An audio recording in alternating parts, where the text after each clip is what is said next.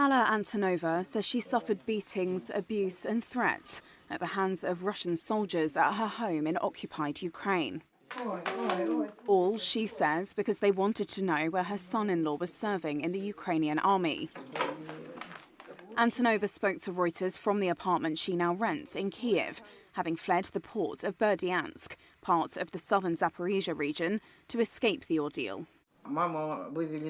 They took my mother into the kitchen, me into the bedroom, and closed the door so that no one could hear me, so that my mother would not hear me screaming. I started screaming. They covered my mouth and told me, "Don't you shout, otherwise we'll take you with us."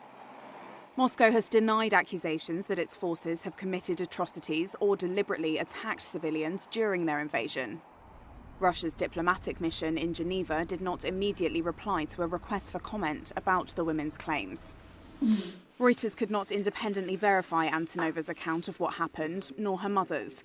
But Antonova did show Reuters several photographs of severe bruises on her arms and legs. One soldier, she said, pulled a plastic bag over her head and pressed down to stop her breathing. A second soldier brushed my head with a metal stick, saying that, "We'll only stroke you, but if you don't tell us where your son-in-law is stationed." I said that I don't know. I never asked my daughter where he serves.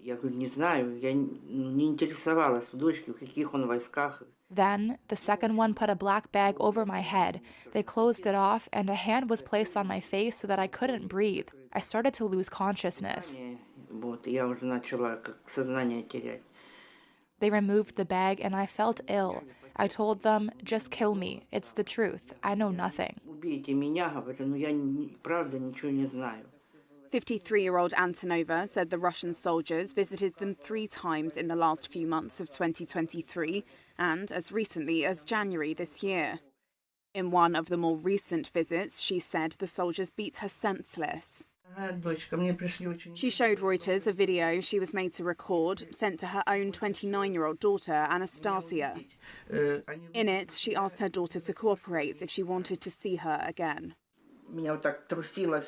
I was shaking. I couldn't say anything. I stuttered, and they told me, "Speak, as we will tell you to speak on video. We will send this to your daughter now. Say that very good military people came to you and asked you to ask your daughter to collaborate with us." With the help of Ukrainian volunteer workers, the family travelled into southern Russia and then back over the border into Ukrainian-held territory in early February.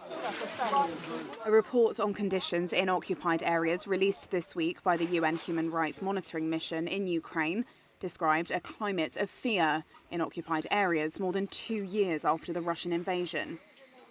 It reports the widespread use of such tactics that Antonova and her family describe. After that report, a Russian senior diplomat accused UN rights bodies of double standards and of turning a blind eye to violations committed in Kiev.